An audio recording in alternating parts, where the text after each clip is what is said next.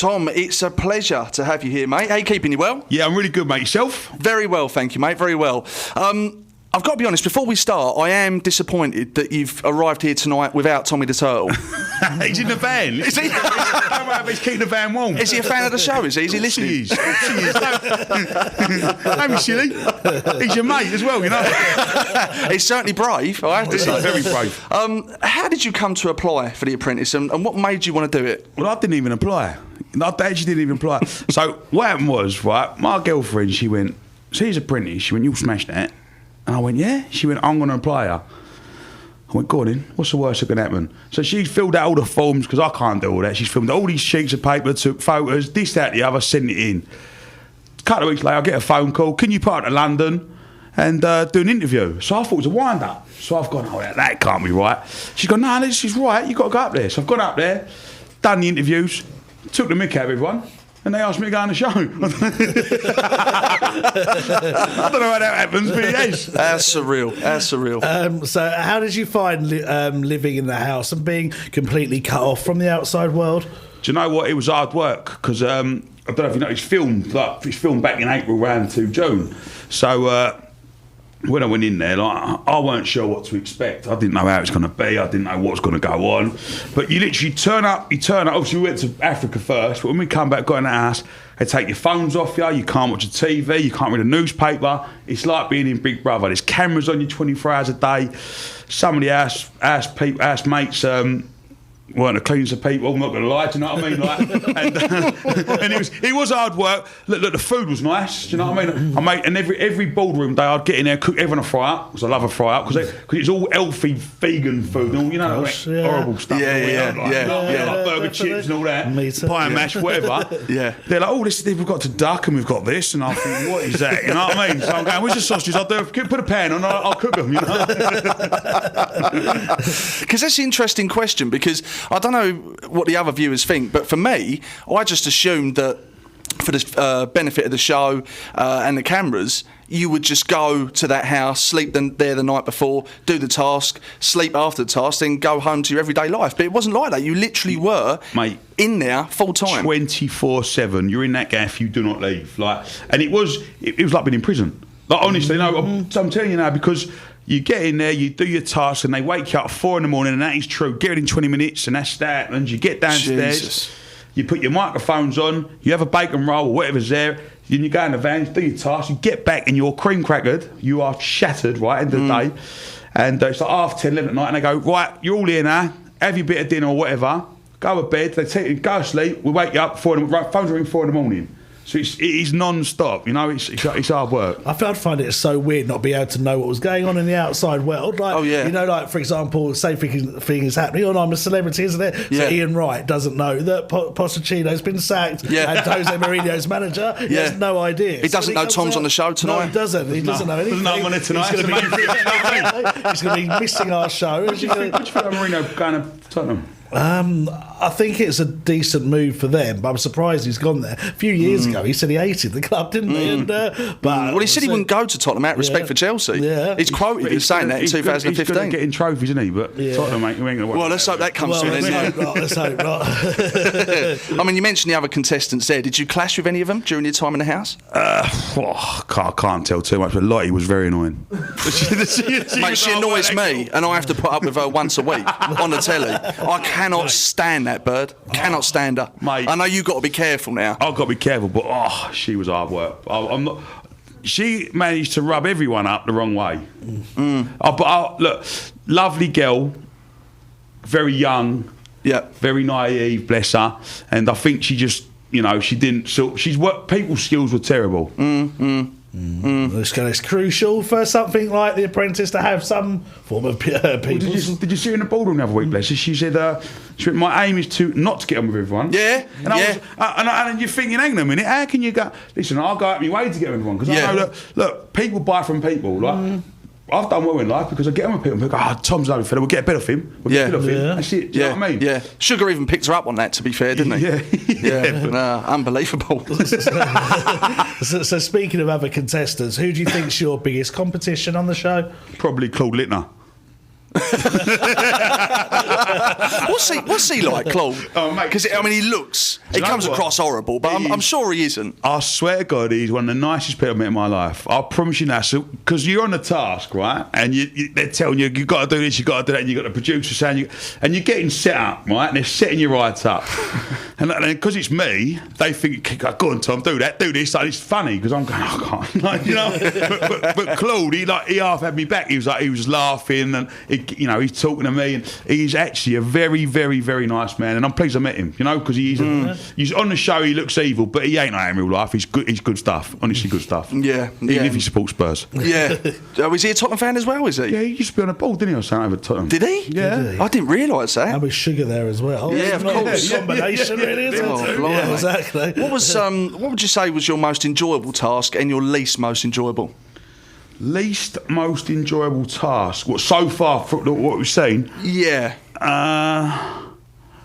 Probably, even though it was my favourite, because I went to South Africa, but it was I'm scared of flying.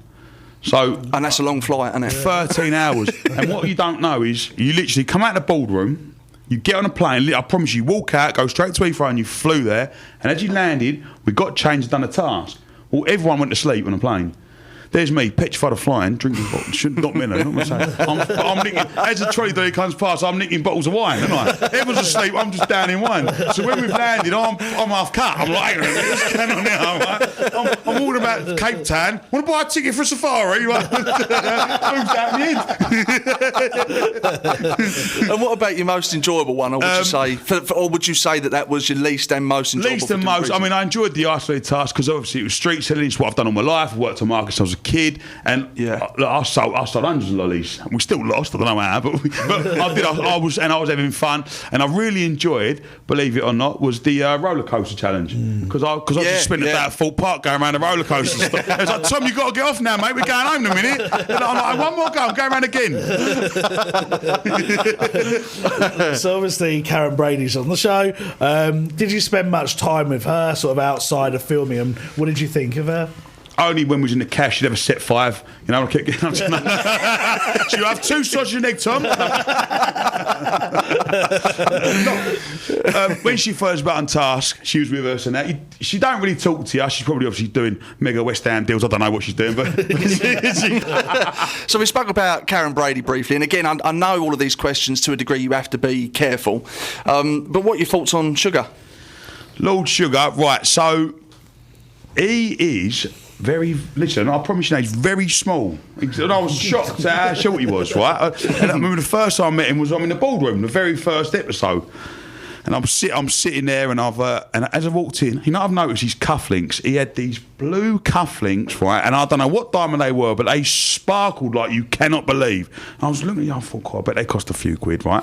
And he sits down, and he was, I don't know what it is, he's got this aura about him where, like, you want to listen to him. Do you know what I mean? Like, listen, look. Dave's got that. He knows.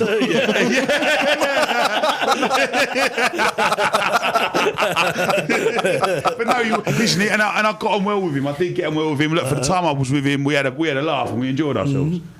Yeah, I mean, what your life, we're talking about off air, and I don't know how much of this we can put on air, but your life has obviously changed hugely since being on the show. Tell us about that. What's it? Well, I get like? 3 sausage rolls in Greg's now, which is lovely.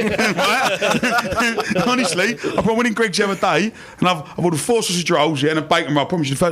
And she's gone, yeah, lovely. And she's turned around. She's gone, oh, it's you off The Apprentice. I've gone, ain't doing all right. She's gone, you ain't got to pay for these. Did she? Wow. Yeah. You made it when you get £3.60 off. Do you know what I mean? No, nothing. Listen, I'm still the same old me. I'm still Tom Skin. I'm still the market trader from Romford. Nothing's changed, apart from when I get late, so I put on photos. That's it, honestly. That's it. Yeah. But don't you, because you also do deliveries, and we'll come to your business in a second, but actually take this opportunity now to give your business a bit of a plug. And yeah, so my business is thefluffypillowcompany.com. It's a bed, mattress and pillow company. That's what I sell, and I'm the cheapest in the UK for mattresses. I sell top quality pillows and beds. We deliver it all throughout the UK. Go on the website and look, local deliveries. I actually do myself in my van. I'm out in the van every day, 4 in the morning, loading vans up, and I'm out delivering. So I'll come with it as well. Yeah. And what response have you had to people you're delivering to? Well, I'll tell you about a lady in Bow in a minute. Shall I tell you? Yeah, do it, mate. Do Depends it. what you did with her. Most of my customers are from the East End of London and Essex, and that's it's always been that way. And she's ordered 4 mattresses, woman, in a flat, in Bow, and gosh, right at the top floor. So I've dragged them all upstairs. I've got them up to the top. I hope they're the right ones. And I don't want to bring them all down again. Banged on the door. I'm sweating me nuts, honestly. Like, I've just dragged them all up there. And as she's opened the door, she's looked at me, and I'm looking at her, and I went, "You all right?" She's gone, "It's Thomas, isn't it?" I went, "Yeah."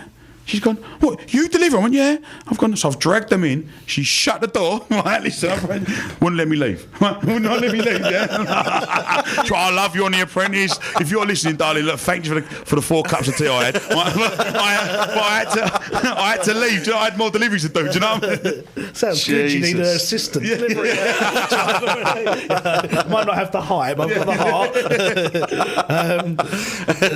heart. So, like I said, obviously, I understand that you're under confidentiality with most things that you can talk about in depth.